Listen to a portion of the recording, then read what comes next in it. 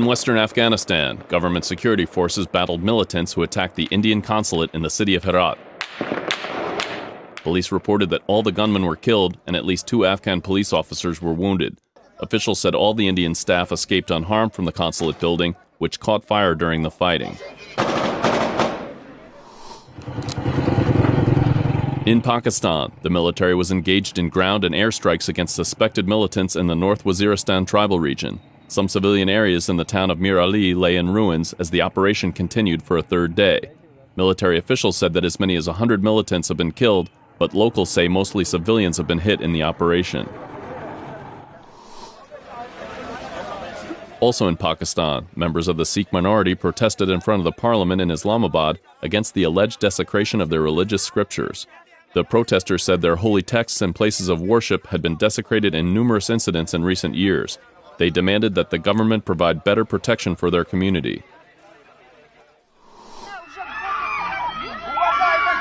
In Kazakhstan, police detained demonstrators who had chained themselves together outside the presidential palace in Astana in protest against the confiscation of their property.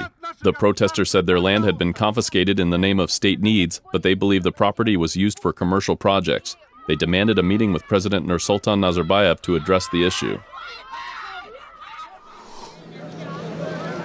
In Tajikistan, more than 1,000 young people gathered in the central square in the capital Dushanbe to celebrate Tajik Youth Day.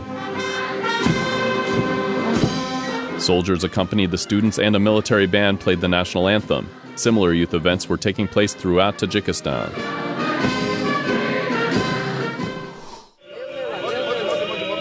In Georgia, officials gathered in a Tbilisi park to unveil a monument called the Stone of Abkhazia, inscribed with the names of prominent people from the breakaway region. The event took place on what has been designated the Day of Abkhazia, an event initiated this year by Georgian Patriarch Ilya II. The Day of Abkhazia coincides with the Saint's Day of Simon Kananaios, an apostle of Jesus who is believed by Georgians to be buried in the territory. Abkhazia broke away from Georgia in the early 1990s, but is considered by Tbilisi to be Georgian territory occupied by Russian forces. In the Serbian city of Obrenovac, soldiers and volunteers were working to clean up debris as floodwaters began to recede. The city endured some of the worst damage from the massive floods that have struck Serbia in the past week. A few residents began returning to Obrenovac, but only to areas that are considered safe.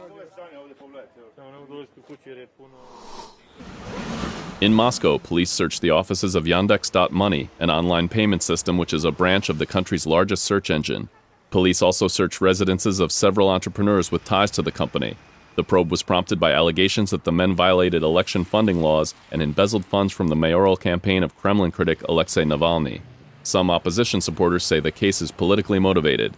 And that's the video roundup from Radio Free Europe, Radio Liberty.